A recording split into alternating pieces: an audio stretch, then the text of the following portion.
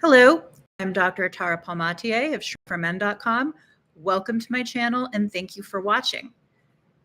If you would like to schedule an appointment with me, you can reach me at shrinkformen@gmail.com or shrinkformen@protonmail.com. The topic of today's video is mobbing and abusive process in high conflict divorce and custody disputes, which, if you're watching my channel, you may very well be in right at this very moment. Why are we talking about this? To help you get a better understanding of what you're going through. So, to begin, mobbing in high conflict divorce and custody disputes is something many of my clients are unprepared for when they enter the adversarial arena of family court. If you're divorcing a narcissistic, borderline, histrionic, or some other version of toxic, crazy trail mix woman, it is important that you are not caught unawares. For those of you who are unfamiliar with the term mobbing, mobbing is when an individual is bullied or attacked by a group. A mobbing group works together to demean, discredit, humiliate, undermine, exclude, alienate, and isolate the target. This is often achieved through things like smear campaigns, harassment, DARVO, that stands for deny, attack, and reverse victim and offender. I have articles and videos that discuss that if you're interested. Also through bureaucratic hassles and by manipulating law enforcement and or the courts. And manipulation of law enforcement in the courts is something called abusive process in order to attack the target of mobbing. Of course, mobbing can occur in various settings such as schools, churches, work, social media, and within families. So first, I'm going to share a few examples of mobbing, okay? So in example one, a sister is offended by her brother's opinion that she shouldn't interfere with her ex's, his former brother-in-law's, custody time because the kids love their father and their father loves the kids. In retaliation for the grave offense of not necessarily taking his former brother-in-law's side, but just saying, hey, kids have a right to love both their parents. In retaliation, she trash talks him. She calls him a traitor and pressures their family to side with her. This leads to the brother being ostracized by the family. That's mobbing. Example two, a social media smear campaign. Your uncle divorces his wife and publicly smears her on social media, falsely accusing her of adultery and calling her a Jezebel. She has a Jezebel spirit. Sorry to make fun of that if something you believe in. He leverages their faith community to shun her. And this is something narcissists and borderlines will do. They will leverage even their church communities in order to punish their target. In reality, your auntie didn't cheat on your uncle. She left him after years of his alcohol-fueled rage episodes and, yes, his infidelities. That's another example of mobbing. He turned their church against her. And a third example, this involves parental alienation. A woman with an undiagnosed borderline personality disorder abuses her husband, and part of that abuse is alienating the children from him. She routinely undermines, attacks, and disrespects him to the kids and encourages them to do the same. After the husband files for divorce, the wife then deputizes their 12-year-old son to assist in alienating the younger kids and to monitor them during visits with their dad. That's another example of mobbing. It's a really sick one. The mother, in this case, and by the way, this is something many of my clients have experienced, makes a deputy alienator / monitor out of one of the older kids. And even when the kids are spending time with dad, that older child who is the deputized parental alienation person, sorry, blanking on the word, will monitor the younger siblings and try to interfere with the visit with dad. So bullies of all ages, including children and teens, are capable of engaging in this kind of malicious behavior. It's a widespread phenomenon in preteen and teenage girls called mean girls. Mobbing happens in those cases. It's the responsibility of parents, teachers, and other role models to correct and teach kids why bullying and mobbing is not okay. However, when you have a parent or a grandparent who is modeling this behavior, these so-called adults teach kids that abuse is an acceptable way to handle disagreements and meet their needs, and thus the intergenerational transmission of abuse continues. Now let's talk about the usual suspects in mobbing and abusive process during high conflict divorce and custody disputes. So a mob typically has one or two ringleaders who enlist deputies, flunkies, suck-ups, flying monkeys, and other negative advocates to carry out the abuse of the target.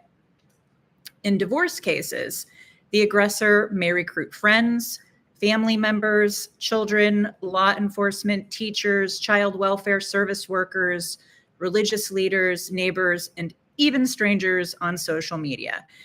For example, perhaps some of you are familiar with the abundance of GoFundMe, I'm a victim pages, in which, in the examples I'm familiar with, a woman smears her ex-husband on a GoFundMe page to raise money, allegedly to pay attorney's fees. In reality, it might be going to Botox, fillers, clothes, gambling, booze, who knows? So while not everyone involved in mobbing has a personality disorder, the ringleaders of mobbing, that's the originators of the mobbing of the target, often exhibit traits of narcissistic, histrionic, borderline, and the antisocial personality disorders, that's sociopathy and psychopathy. These individuals lack empathy. They are pathologically entitled. They blame others for their problems and are pathological liars.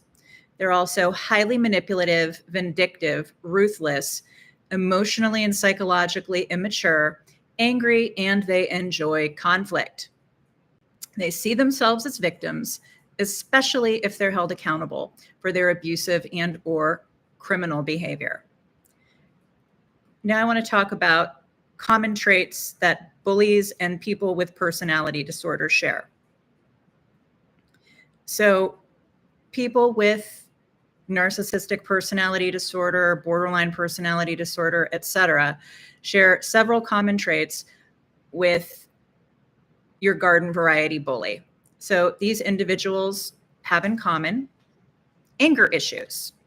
In other words, poor conflict resolution skills and explosive rage. Impulsivity and recklessness, meaning they act without regard for consequences. Low frustration for tolerance, meaning easily frustrated and bored. They exhibit professional victimhood or a tendency for interpersonal victimhood. In other words, seeing themselves as victims even when they are the aggressors, or rather, especially when they are the aggressors. DARVO, I mentioned this earlier, that stands for deny, attack, and reverse victim and offender roles.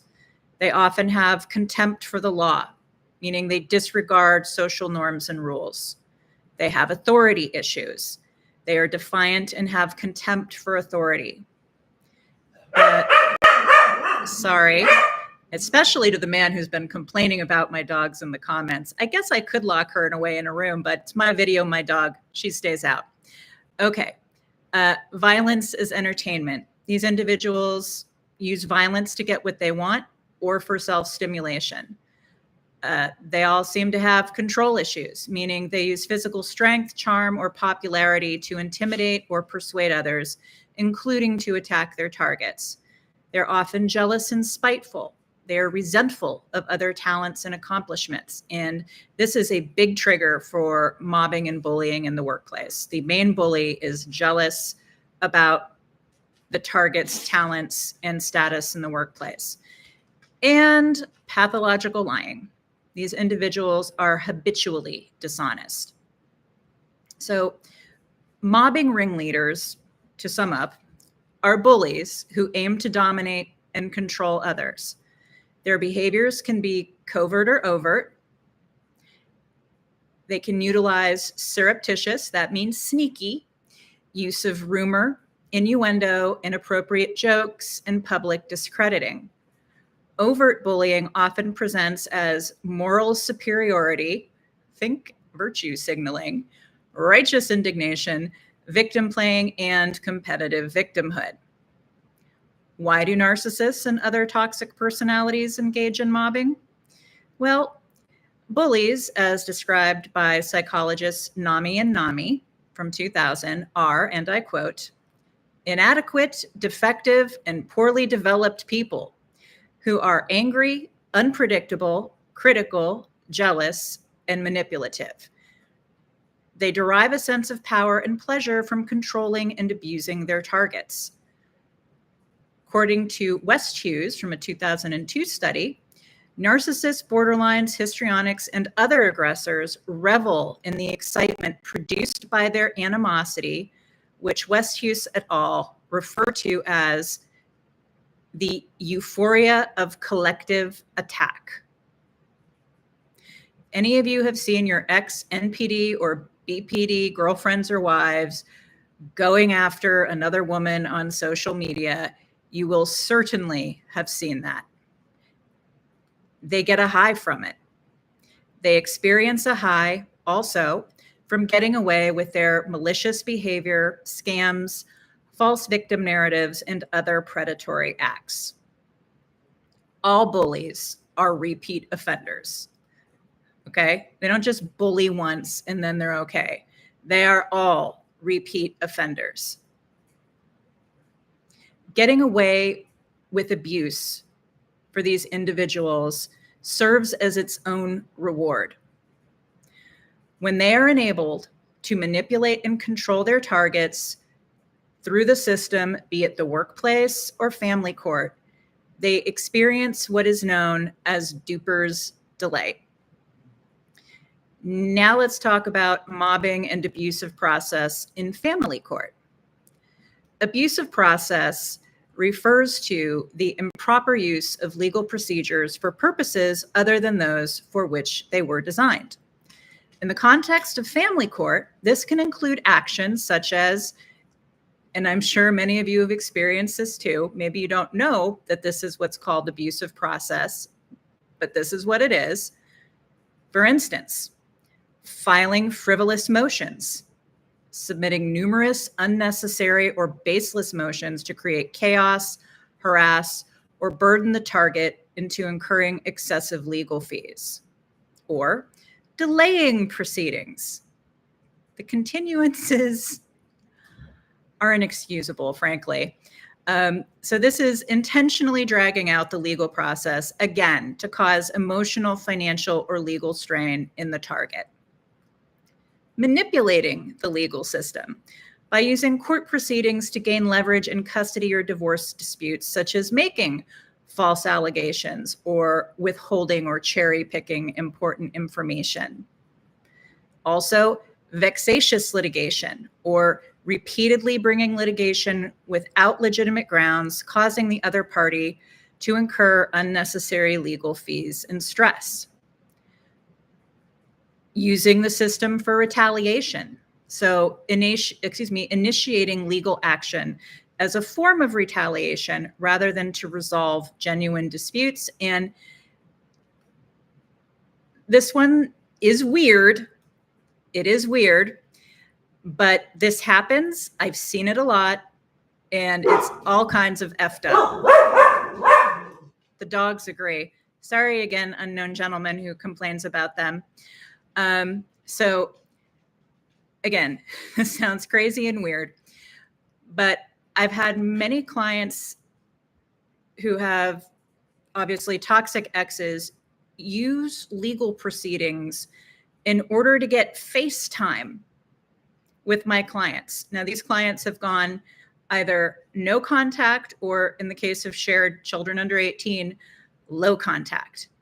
And their exes file stupid, pointless motions with the court in order to force these guys to have contact with them, which calls to mind the often cited line from Fatal Attraction, "I won't be ignored, Dan."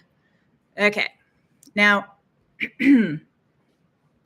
courts are supposed to take abusive process seriously.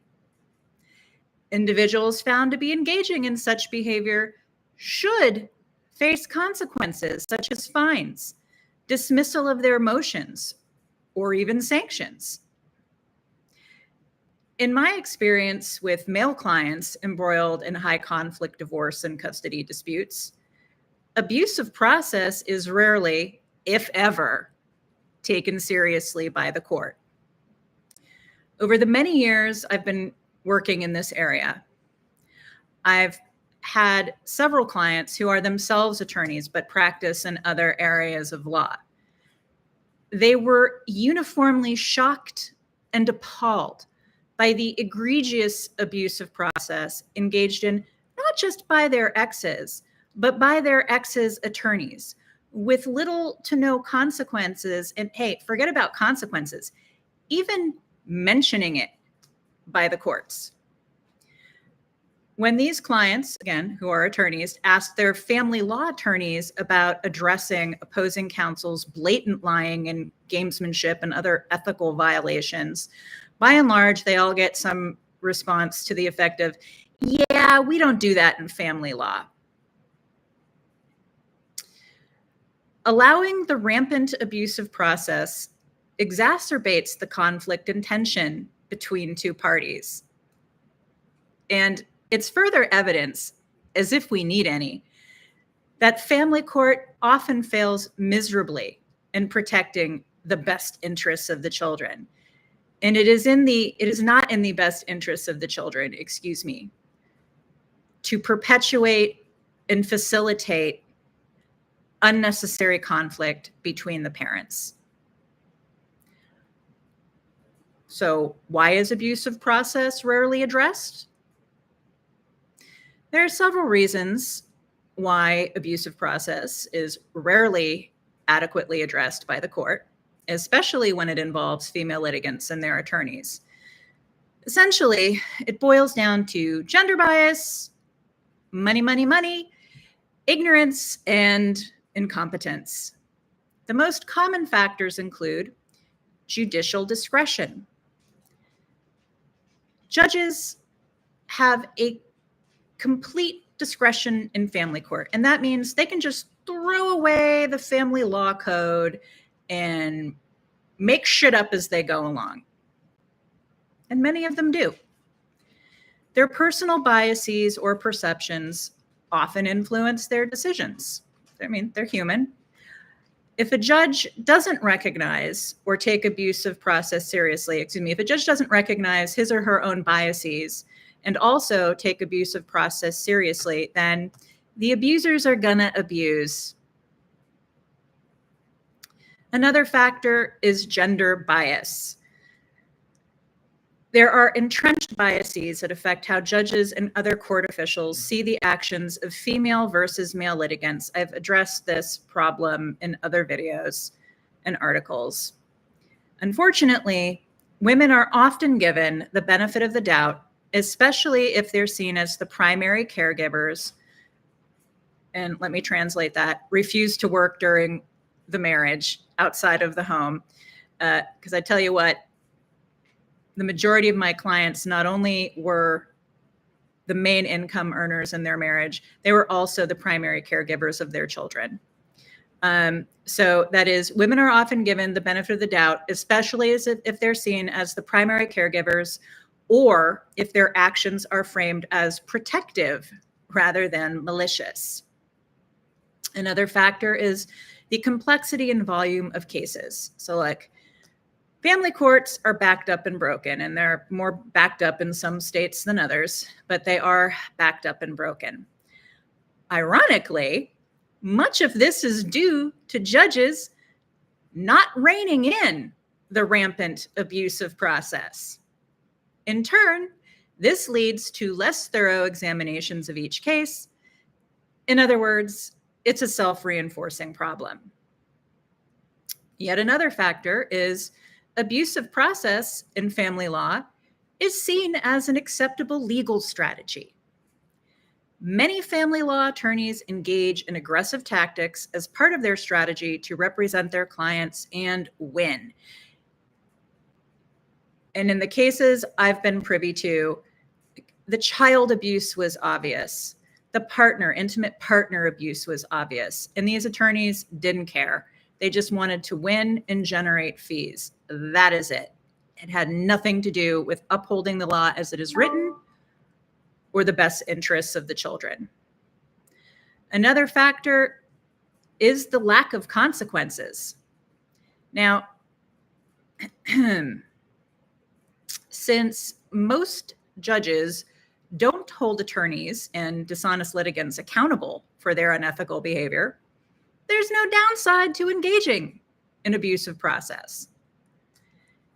And lastly, the perception of child welfare.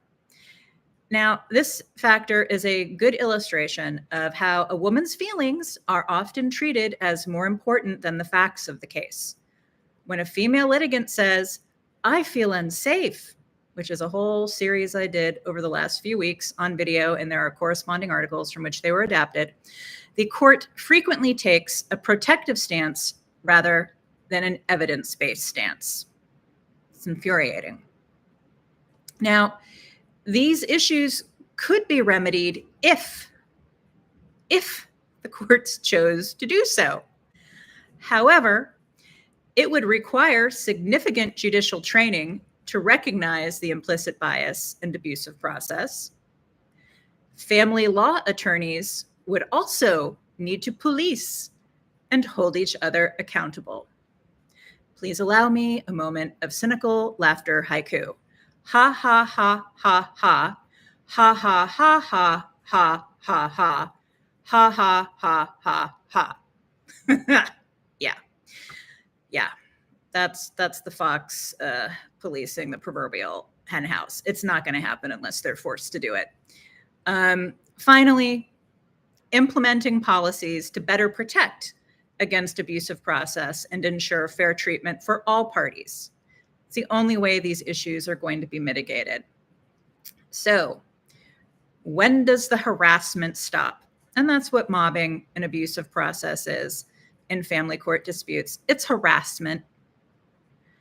The harassment only stops when someone with the authority to enforce consequences, like a judge, and that means they're not punting to a guardian ad litem or a parenting coordinator or a co-parenting therapist. The judge, who has the authority to enforce consequences, makes some decisions and implements painful deterrents and other disincentives. Otherwise, the aggressor may continue to abuse the target, could force them to quit, get fired, expelled, banned, and in the saddest cases, particularly in custody cases, for parents to walk away from their children. The ultimate goal of the abuser / mobbing ringleader is to force the target out of the group, organization, or family. Even when they're successful at this, sometimes these psychos will continue to attack their targets. They continue with their smear campaigns, the vexatious litigation, etc. Mobbing is especially painful when the aggressor manipulates your own family and friends to turn against you. And I have had that happen to clients. Losing one's community and family of origin, no matter how dysfunctional they are, is emotionally devastating, and it is a huge betrayal. I have clients whose parents and siblings have sided with their abusive ex. And that's usually the case when my clients' parents and or siblings are also personality disordered or have some other kind of mental illness. The present-day divorce and custody battle in these cases provides these pathogenic families an opportunity to reenact their original abuse all over again. It's sick. It really is. You know, many adults who were abused as kids grow up to partner with women and men who are similar to the abusive or mentally ill parent, thereby replaying their old childhood traumas anew. So, to wrap this up, understanding mobbing and abusive process in high conflict divorce and custody cases is really important if you are a male abuse victim dealing with these toxic personalities. If it seems like everyone, including the whole system, is against you, it very well could be that they are. You're being mobbed. Recognizing the behaviors and traits of those who engage in mobbing will hopefully help you to navigate this challenging situation and to seek the necessary legal and emotional support that you need. So if your attorney doesn't get this or is playing along with it or isn't advocating for you robustly, you might need to switch representation. It's also important to have a therapist who understands these issues. If you don't, I had one client whose previous therapist believed he was paranoid. He could prove what was happening, but this therapist, and she put this in the notes to the court or the letter to the court, stated that he seemed to have some paranoid symptoms occurring. You know, it's not paranoia when there is someone who's really out to get you. So on that happy note, again, I am Dr. Tara Palmatier of shrinkformen.com. Thank you for watching. If you have a question or would like to schedule a session with me, you can reach me at shrinkformen@gmail.com or shrinkformen@protonmail.com. Both of those addresses are in the About section of this video, and there are also links to all of my social media. Have a great day, and please check back. I hope to have something new posted next week. Bye.